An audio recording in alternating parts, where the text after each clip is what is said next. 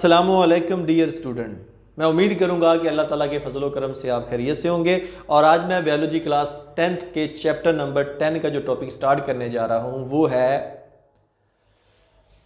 Gases exchange in human, के इंसान में गैसों का तबादला, यानी इंसान में गैसों का तबादला कैसे होता है।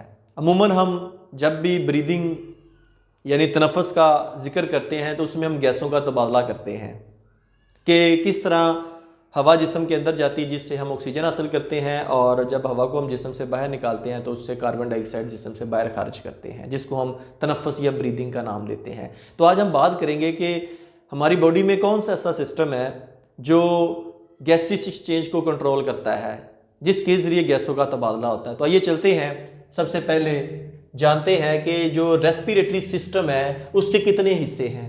तो लेक्चर शुरू करने से पहले गुजारिश है कि अगर आप फर्स्ट टाइम वीडियो देख रहे हैं और आप चाहते हैं कि डेली बेस पे ये वीडियो हमें वसूल हो तो इस चैनल को सब्सक्राइब कीजिए। आपकी राइट साइड पे रेड कलर का सब्सक्राइब का बटन है और साथ बेल आइकन है, उसे दबाइए। तो चलते हैं हम नेक्स्ट। रेस्पिरेटरी सिस्टम, इसके दो हिस्से हैं बेसिकली। पहला हिस्सा है द एयर पैसेज यानी हवा का रास्ता, और दूसरा है द लंग्स यानी फेफड़ों पर मुश्तमिल। यानी कि रेस्पिरेटरी सिस्टम दो हिस्सों पर मुश्तमिल है। तो पहले बात करते हैं पहले हिस्से यानी हवा का रास्ता। ये वो रास्ता है जिसके ज़रिए हवा बाहर से फेफड़ों में दाखिल होगी। और दूसरा हम पढ़ेंगे कि फेफड़ों के अंदर जब गंदा खून डीऑक्सीजेनेटेड ब्लड आता है हार्ट से, किस तरह फेफड़े उसको साफ करके वापस दिल को वापस कर देते हैं। तो यहाँ पे मैंने स्टेप बाई स्टेप ये डायग्राम बनाई है फ्लो शीट के ज़रिए, ताकि आपको स्टेप बाई स्टेप जो भी इसमें हिस्से हैं वाज़ह तौर पे समझ आ जाए। तो चलते हैं। सबसे पहले हवा का रास्ता। बाहर से जब हम सांस लेते हैं तो हवा नोस्ट्रल यानी नथनों के ज़रिए, ये जो नाक के दो सुराख हैं, इनसे दाखिल होती है और नेज़ल कैविटी में जाती है। अब नेज़ल कैविटी को अगर हम देखें तो इसके दरमियान में एक ये दीवार होती है जो इस नेज़ल कैविटी को दो हिस्सों में तकसीम करती है। इस दीवार के अंदर बाल यानी हेयर्स भी लगे होते हैं और म्यूकस भी लगा होता है। हेयर्स क्या करते हैं, बाहर से जो हवा आती है उसमें जो डस्ट पार्टिकल होते हैं, गर्दो गुबार, उसको फिल्टर कर देती है। ये हेयर करते हैं, यानी बाल ये काम करते हैं। और म्यूकस जो होता है इसका काम होता है नमी प्रोवाइड करना, मुहैया करना हवा को, और हवा का टेम्परेचर वो बॉडी के अंदर वाले टेम्परेचर के मुताबिक करना, ये काम है म्यूकस का। तो जैसे ही यहाँ से हवा नेज़ल कैविटी से होती हुई आगे जाएगी फेरेंक्स के अंदर। फेरेंक्स, यहाँ पे बात करते हैं नेज़ल कैविटी से फेरेंक्स में आ गए हम। फेरेंक्स बेसिकली मस्कुलर पाथ होता है, मसल्स का बना होता है, जो कि एक मुश्तरका रास्ता होता है खुराक और हवा दोनों के लिए। जो नाक या मुंह के ज़रिए हवा आ रही होती है, दोनों का मुश्तरका रास्ता है फेरेंक्स। अब फेरेंक्स से आगे हवा का रास्ता अलग है और खुराक का रास्ता अलग है।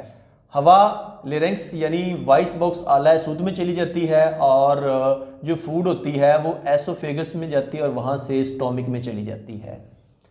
क्योंकि हमने रेस्पिरेटरी सिस्टम को डिस्कस करना है, तो फेरेंक्स से आगे ग्लोटस से होती हुई हवा लेरेंक्स में चली जाती है।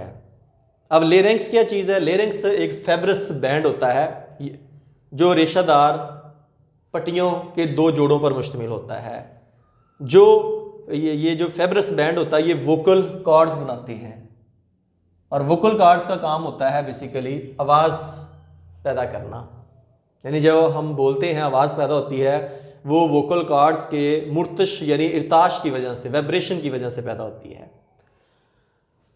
यहाँ पे ग्लोटस के ऊपर एक और कार्टिलेज की मेम्ब्रेन होती है जिसको हम एपिग्लोटस का नाम देते हैं, जो कार्टिलेज की बनी होती है एपिग्लोटस, और इसका काम होता है ग्लोटस की हिफाजत करना। जब हम खुराक निगल रहे होते हैं, बॉडी के अंदर लेकर जा रहे होते हैं, तो उस वक़्त एपिग्लोटस ग्लोटस के ऊपर यूँ मौजूद होती है। यानी कि ये ग्लोटस वो एंट्री पॉइंट है जो लेरिंक्स के ऊपर मौजूद होता है। और एपिग्लॉटस ग्लोटस के ऊपर मौजूद होता है जब हम खुराक निगल रहे होते हैं, बॉडी के अंदर लेकर जा रहे होते हैं मुंह के ज़रिए। ये खुराक को ग्लोटस में दाखिल होने से बचाता है, ये जो एपिग्लॉटस है। और जब हम बात कर रहे होते हैं एक दूसरे से, खाना नहीं खा रहे होते, तो ये जो एपिग्लॉटस होता है ये ऊपर होता है और हम डायरेक्ट दूसरों से बातचीत कर रहे होते हैं। तो ये बेसिकली इसका फंक्शन है एपिग्लॉटस का, ग्लोटस की हिफाजत करना, और ये लेरेंक्स के एंट्री पॉइंट पे मौजूद होता है। उसके बाद आगे चलें तो लेरेंक्स के बाद आ गया ट्रैकिया। ये अगर आप मेन नाली देखें, ये जो सर्कुलर कार्टिलेज रिंग पर मुश्तमिल है, इस नाली को हम कहते हैं ट्रैकिया, या इसका दूसरा नाम है विंड पैप यानी हवा की नाली। इसकी लेंथ तकरीबन 15 सेंटीमीटर लंबी होती है ये। और आगे ये ट्रैकिया जो है ये मज़ीद जब नीचे जाती है चेस्ट एरिया में, छाती वाले रीजन में, तो ये दो हिस्सों में तकसीम हो जाती है। इन दो हिस्सों को हम, ये दो जो नालियाँ अब आपको नज़र आ रही हैं ट्रैकिया के तकसीम होने से, इनको हम कहते हैं ब्रोंकाई। ये भी कार्टिलेज की पट्टियाँ होती हैं, कार्टिलेज की बनी होती हैं। अब ब्रोंकाई आगे मज़ीद जब फेफड़ों में दाखिल होती हैं, ये जो दो फेफड़े आपको नज़र आ रहे हैं चेस्ट के अंदर, तो उस वक़्त ये ब्रोंकाई तकसीम होकर ब्रीक नालियों में तकसीम हो जाती हैं, जिनको हम कहते हैं ब्रोंक्यूल्स। तो आपको ये ब्रोंक्यूल्स नज़र आ रही हैं मुख्तलिफ, ये वाली, ये मैंने यहाँ पे जो ग्रीन कलर से शो की है। अब ब्रोंक्यूल्स आगे मज़ीद तकसीम होकर अल्वेओलर डक्ट्स बनाती हैं, यानी कि आप यूँ कह लें कि ब्रोंक्यूल्स की नालियों का इख्तिताम छोटी छोटी ट्यूब्यूल्स पर होता है। उन छोटी छोटी ट्यूब्यूल्स को हम अल्वेओलर डक्ट्स का नाम देते हैं। अब ये जो अल्वेओलर डक्ट्स हैं ये अल्वेलाई के इर्द गिर्द मौजूद होती हैं। ये जो आपको अंगूर के गुच्छे की तरह की साख्तें नज़र आ रही हैं, बॉल लाइक स्ट्रक्चर्स नज़र आ रहे हैं, ये अल्वेलाई है। सिंगल होगा तो अल्वेलस कहेंगे, और अगर ज़्यादा है तो अल्वेलाई का नाम देंगे। और अगर मैं आपको दिखाऊं तो अल्वेलस आपको ये कुछ इस तरह का नज़र आएगा। तो अगर एक अल्वेलस की डायग्राम आपको दिखाई जाए तो ये आपको सेक लाइक यू स्ट्रक्चर ऐसे नज़र आएगा अल्वेलस, और इसके गिर्द सिंगल तह पर मुश्तमिल एपिथेलियल की लेयर भी आपको ये नज़र आ रही है, और उसके गिर्द अगर देखें तो कैपिलरीज का एक जाल आपको नज़र आ रहा है। ये वो पॉइंट होता है, जगह होती है, स्पेस होती है जिसके अंदर बाहर से हवा आती है। यहाँ पे बेसिकली गैसों का एक्सचेंज होता है, डीऑक्सीजनेटेड ब्लड ऑक्सीजनेटेड में तब्दील होगा। तो ये मैंने आपके सामने सिंपल कुछ स्टेप्स बताए हैं। और इसके नीचे देखें दोनों फेफड़ों के, तो आपको ये एक स्ट्रक्चर नज़र आ रहा है मसल्स का बना हुआ मस्कुलर स्ट्रक्चर, जिसको हम बोलते हैं डायाफ्राम। तो जब हवा फेफड़ों में दाखिल होती है तो डायाफ्राम नीचे हो जाता है, जिससे फेफड़ों का एरिया बढ़ जाता है, यानी कि फेफड़ों का साइज़ बढ़ जाता है। और जब हवा जिस्म से बाहर निकालते हैं तो ये डायाफ्राम ऊपर उठ जाता है, जिससे फेफड़ों का साइज़ कम हो जाता है। तो इंस्पायरेशन के दौरान जब हवा फेफड़ों के अंदर जाती है तो लंग्स का साइज़ बढ़ जाता है, और जब एक्सपायरेशन करते हैं, हवा जिस्म से बाहर निकालते हैं, तो फेफड़ों का साइज़ कम हो जाता है। तो ये दोनों फेफड़े चेस्ट कैविटीज़ यानी कि सीने के खला में मौजूद होते हैं। इसके अलावा अगर बात करें अब कि ये ब्लड किस तरह साफ़ होता है, तो दूसरे पार्ट की तरफ चलते हैं, जो रेस्पिरेटरी सिस्टम का दूसरा पार्ट है लंग्स। तो सारे एल्वेओलाई मिलकर लंग्स यानी फेफड़े बनाते हैं। तो हमारी बॉडी में दो फेफड़े मौजूद होते हैं, लंग्स मौजूद होते हैं, जो कि चेस्ट कैविटी में मौजूद होते हैं, यानी कि सीने की खला के अंदर मौजूद होते हैं।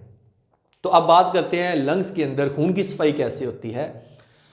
तो दिल से सबसे पहले जो गंदा खून होता है, यानी डीऑक्सीजनेटेड ब्लड, ऐसा खून जिसमें कार्बन डाइऑक्साइड मिली हो, उसको हम कहते हैं डीऑक्सीजनेटेड ब्लड यानी गंदा खून।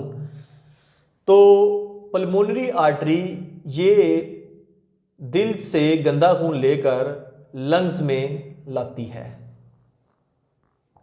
लंग्स में भी हमने बात की कि ऑक्सीजन आ जाती है हवा के ज़रिए जब हम सांस लेते हैं, तो यहाँ से उस खून को ऑक्सीजन मिल जाती है, यानी कि डीऑक्सीजनेटेड ब्लड यहाँ पे ऑक्सीजनेटेड ब्लड में तब्दील होगा।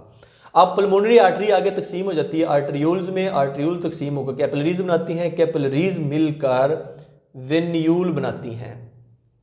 तो ये आपके सामने मैंने एक एल्वुलस बनाया है, इसके गिर्द ये कैपिलरीज इसको यूं रैप कर लेती हैं, लपेट लेती हैं, और कैपिलरीज के मिलने से वेन्यूल बनता है, वेन्यूल के मिलने से पल्मोनरी वेन बनती है।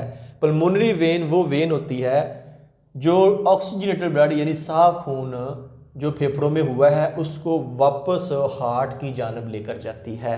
तो इस तरीके से हार्ट से यानी दिल से गंदा खून पल्मोनरी आर्टरी लंग्स में लाती है, और लंग्स से ऑक्सीजनेटेड ब्लड यानी साफ खून पल्मोनरी वेन के ज़रिए दोबारा हार्ट में आ जाता है। इस तरीके से ब्लड की सफाई होती है। तो ये पूरा एक टॉपिक जो आपके सामने मैंने डिस्कस किया है, तो मैं उम्मीद करूंगा कि आपको मुकम्मल तौर पर इसकी समझ आ चुकी होगी। और अगर फिर भी आपके ज़हन में कोई क्वेश्चन हो तो इस वीडियो के नीचे कमेंट बॉक्स में अपना क्वेश्चन पुट कीजिएगा। और अगर ये वीडियो पसंद है इसे लाइक करके अपने दोस्तों के साथ शेयर कीजिएगा, ताकि आपके दोस्त भी घर बैठे मुकम्मल टॉपिक सीख सकें। और अगर आप चाहते हैं कि डेली बेस पे ये वीडियो मिले तो चैनल को सब्सक्राइब करके साथ बेल आइकन का बटन दबाएं। तो नेक्स्ट वीडियो तक आपसे इजाज़त चाहूँगा। अपना बहुत ज़्यादा ख्याल रखिएगा। अल्लाह।